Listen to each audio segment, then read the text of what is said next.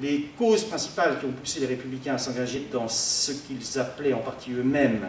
l'aventure coloniale et ce qui a été appelé en partie la course à l'Afrique à la suite de la conférence de Berlin qui s'ouvre en 1884 et s'achève en 1885, sont des considérations qui obéissent à des préoccupations d'une part d'ordre extérieur relatives à la place de la France en Europe et dans le monde, et d'autre part des considérations d'ordre intérieur liées à un événement cataclysmique dont on oublie trop souvent que les fondateurs de la Troisième République ont été à la fois les contemporains, parfois les acteurs terrifiés. Les événements extérieurs, c'est évidemment le traumatisme et double traumatisme de la défaite des armées françaises devant les armées prussiennes et l'amputation du territoire national à la suite de cette défaite de l'Alsace et de la Lorraine. Très vite et très tôt, il y a sur ce point un consensus entre les républicains et les radicaux socialistes. Plus tard, certains monarchistes et bonapartistes, très vite apparaît l'idée que la seule façon de compenser ce qui est pensé par les contemporains comme une défaite majeure, dont les conséquences peuvent être dramatiques sur le long terme. Et il y a toute une série de discours qui montrent que les contemporains sont convaincus qu'avant la très hypothétique, et pour eux elle est lointaine dans l'immédiat, reconquête de l'Alsace et de la Lorraine, la France, s'il n'y a pas une entreprise impériale conduite rapidement, que la France peut être engagée dans un processus de décadence qui en fera une petite nation, et en Europe et dans le monde. Et pour éviter cela, les républicains notamment vont donc s'engager avec joie, allégresse, enthousiasme, dans la course à l'Afrique parce qu'ils considèrent que c'est le seul moyen dans l'immédiat, avant de reconquérir l'Alsace et la Lorraine, de faire en sorte que la France est de nouveau, pour employer cette expression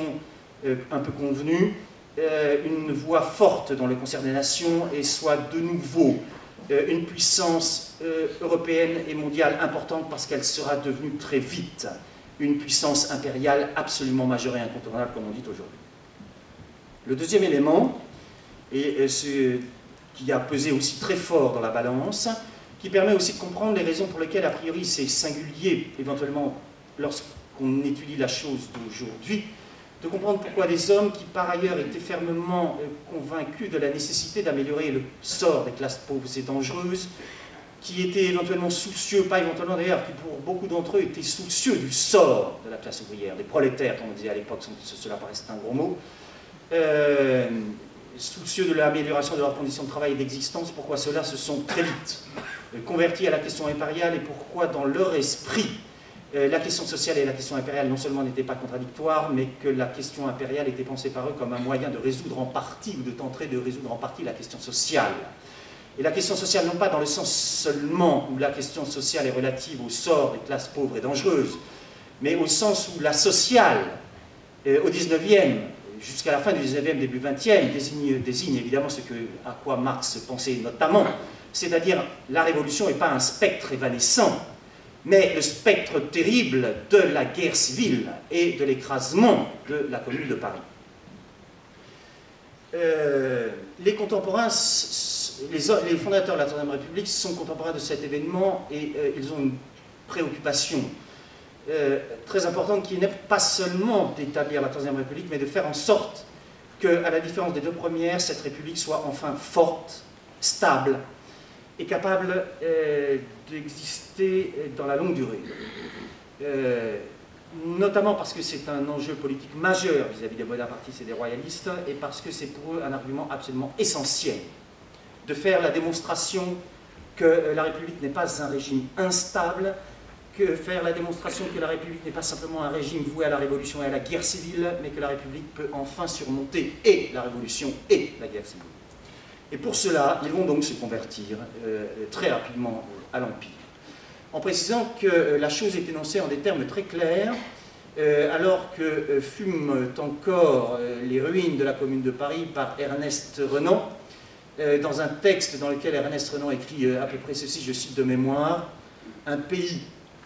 qui ne conquiert pas d'empire est condamné au socialisme. » Et la thèse de Renan, en fait, n'est pas une thèse spécifiquement française. Cette conception-là est une conception, une analyse dont les origines en fait historiques et politiques sont à chercher de l'autre côté de la Manche, c'est-à-dire en Angleterre, et notamment du côté d'un des plus grands théoriciens et praticiens de l'impérialisme britannique, en la personne de Cecil Rhodes,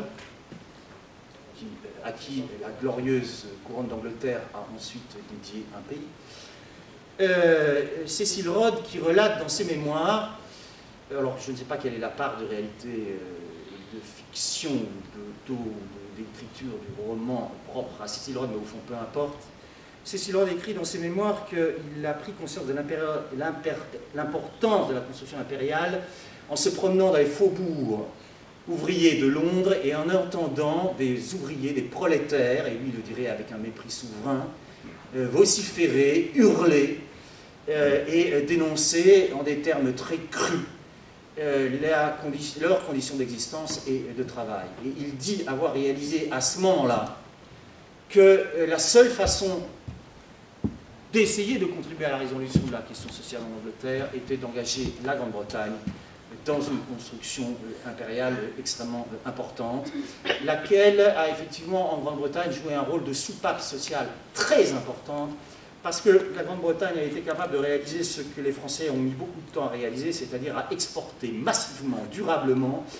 une partie de leur classe pauvre et dangereuse dans l'Empire, ce qui était en France une source d'admiration et de fantasme. Je finirai sur ce point en particulier, qui est un bon mot qui circule parmi tous ceux qui soutiennent l'Empire sous la Troisième République au lendemain de la Première Guerre mondiale, et qui résume la situation à peu près en ces termes. La Grande-Bretagne a un empire, a des colonies et des colons. L'Allemagne n'a plus de colonies, mais a des colons. La France a des colonies, mais pas de colons. Et effectivement, l'un des problèmes de la France, notamment à partir des années 1913, c'est qu'elle a réussi effectivement à bâtir un empire qui est un empire colonial, qui est donc le plus important, juste derrière la Grande-Bretagne, mais la France n'a à ce moment-là pas tout à fait résolu un autre problème, et qui est très important pour elle, en tout cas pour les élites politiques militaires de la Troisième République, qui est qu'elle a certes des colonies, mais il y a fort peu de candidats au départ. Et l'enjeu n'est pas uniquement d'arriver à faire en sorte qu'il y ait des colonies de peuplement. Pour les hommes de la Troisième République et un certain nombre de ceux qui sont soucieux de la question sociale, et cela s'inscrit aussi dans cette volonté d'exporter en partie les classes pauvres et dangereuses, de gré ou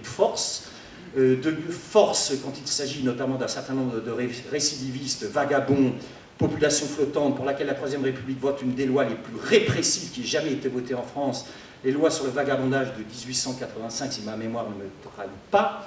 et de gré en incitant effectivement un certain nombre de prolétaires, de pauvres, de déclassés, comme on le dit aussi à l'époque, à aller voir en Algérie, en Nouvelle-Calédonie et en Indochine s'ils ne peuvent pas construire et un avenir radieux pour eux-mêmes et l'avenir radieux de l'Empire français sur lequel le soleil ne se couche jamais. Je vous remercie.